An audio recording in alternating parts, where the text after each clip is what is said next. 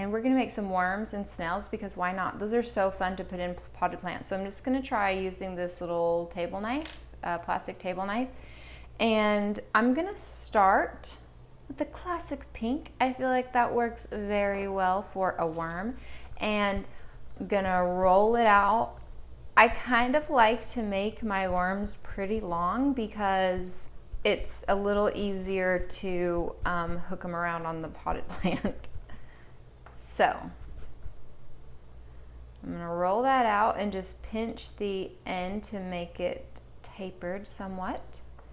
And then you can kind of pinch the tip of the head to give him a little triangular shape. And for his eyes, I'm gonna get a little white and make a sphere. I mean, big eyes are probably the best because they're so funny. And this is a pretty funny thing to be doing. I'm going to take a little black and just make a tiny little dot for inside.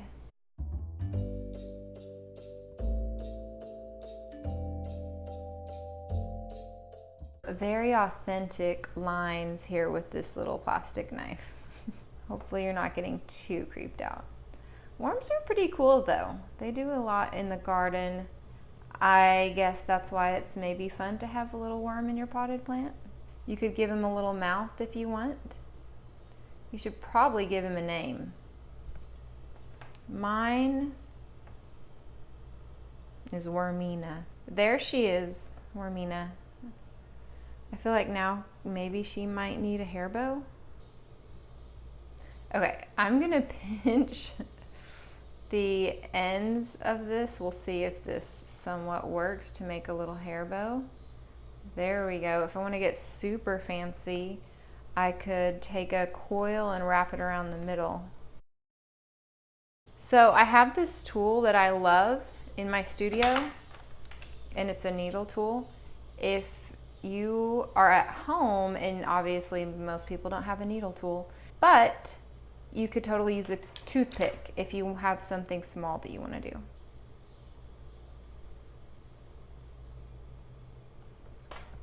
Okay, there she goes, Wormina.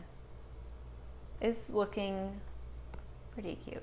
I am going to use these two colors for my snail shell. I'm going to start by making the shell, and I'm just going to roll this out again. See how I'm just bringing my hands to the middle. Some colors of clay will soften up faster than others. I think it's just because of whatever pigment they have.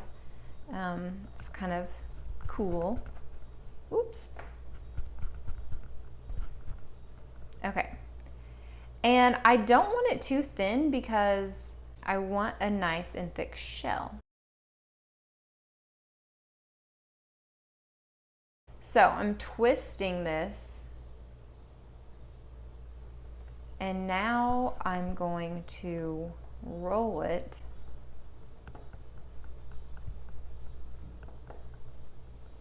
And it kind of untwists when you do that, but you can kind of twist it back together. There we go. That's fun. So it's still pretty thick, and that's perfect. So I'm going to just start curling that end in. So cute. I'm going to try to make this end look like the little part where he pops out.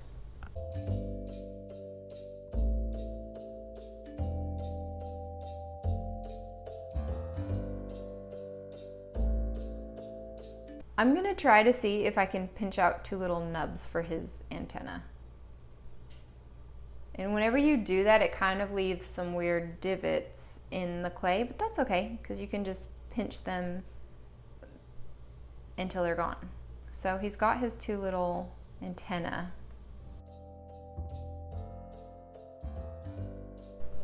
And it's a little long, so I'm just going to cut a piece of that off. And I'm going to take a little more white.